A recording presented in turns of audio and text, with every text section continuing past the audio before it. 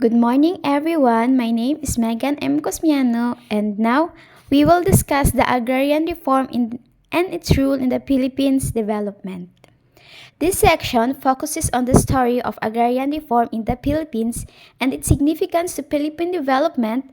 Agrarian issues have long existed in the country despite the effort of past administration to address them. It's look into the program and the policies crafted by past administration and assess their contribution and shortcoming in terms of achieving effective and genuine agrarian reform policies in the Philippines. Agrarian reform has sector descriptions. The first is government. As government officials, your task is to always consider the welfare of every citizen. You should be guided by the utilitarian principle, the greatest good for the greatest number. Number two is business industry. As business owner, your foremost concern is maintaining a good and profitable business at all costs. As capitals, your goal is to always get the best profit at the least possible cost. Number three is landowners. As landowners, you possess the most available asset in the agriculture industry. Your goal is always to make the most out of land you own in terms of revenue. The last is landless farmers. As landless farmers, you sell the land of landowners in exchange for minimal wage or share of revenue. You serve as the core of the agricultural sector of the country. However, you struggle to survive because of assets, investment, and capabilities. Agrarian reform in its role in the Philippines development has a scenario. So, nilagyan po namin siya ng scenario para po mas madali nating maunawaan kung ano po ba ang agrarian reform at kung ano po ba ang role niya sa Pilipinas. So, the faraway town of Dreamland is a town that relies on agricultural production for its economy. One day, a once-in-a-lifetime opportunity dawns upon the town when a group of business investors offered to convert all the agricultural land of Dreamland to commercial spaces and residential areas. They claimed that by converting the land, Dreamland will have its economy improve. However, this will displace majority of the residents of the town, including the many farmers who have no other source of livelihood. Given the impasse, landowners and landless farmers seek the guidance of the government to shed the light on the dilemma. Hello everyone, my name is Rochelle J. Cavili. What is land reform? Land reform involves changing or establishing laws, regulations, or customs regarding land ownership. It also refers to the remedies to improve the relationship between the teller and the owner of the land, employee, and employer in a farm.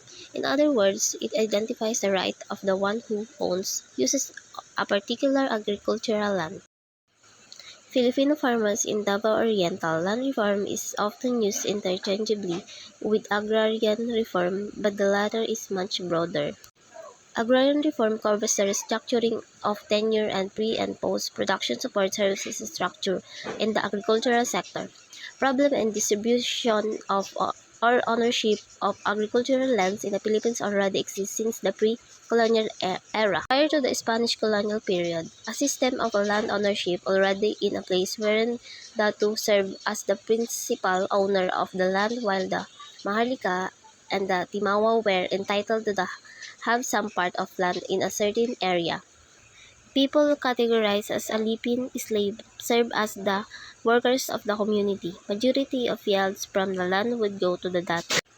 Once an alipin was given a piece of land of him of her to own, her or she would no longer be considered as alipin. During the Spanish colonial period, the Spanish authorities considered all land as public domain, regardless of cultural customs. The King of Spain was also at liberty to distribute parcels of lands as rewards to loyal Spanish military and civilians. Due to this, private ownership of land became the trend during the Spanish colonial period. When the Americans took over the Philippines from Spain, 93% of the country's land area was held by the American colonial government. Governor-General William Howard Taft wanted to have liberal policy that would allow a good portion of the land area to be sold off American investors. With this, United States Congress set limit of 16 hectares to be owned by American individuals and 1,024 hectares by American corporation through the 1902 Land Act. Hi guys, my name is Rose Anay and I will report this topic. According to Bello 2014, with a fresh start following the dark years of martial law, the EDSA people power vested to the Aquino government the opportunity to finally level the playing field and turn it upside again. The legislative power conferred to President Corazon Aquino by virtue of the revolutionary government could have empowered her to quickly implement a radical agrarian reform program, which would be supported by the middle class and the landed elite. Nevertheless, Aquino opted to let Congress decide on the program. The landed elite that enjoyed the harvest of capitalism would never allow a genuine law to reap what they deemed was for them.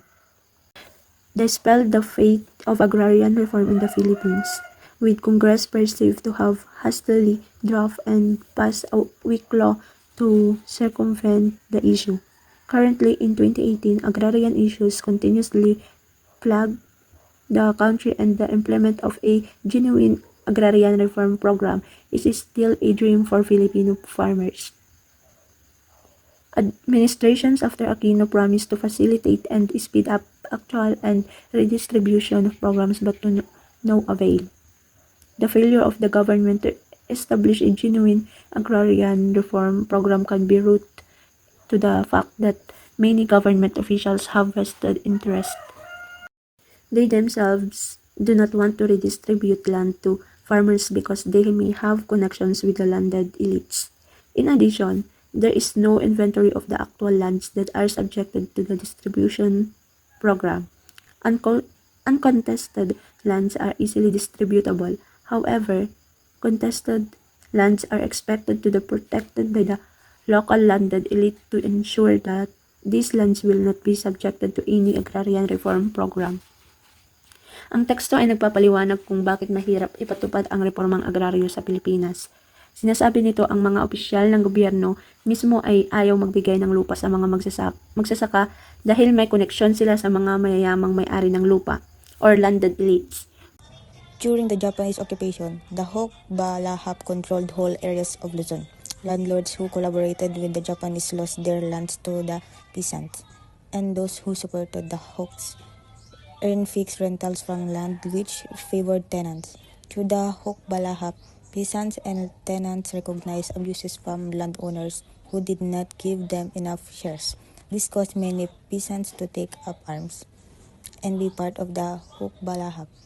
In a nation tribes from agricultural practices, land is the most valuable form of property, such as various forms of shared tenancies between landowners and dealers were conceptualized. The kasama system is the most popular form of shared tenancy.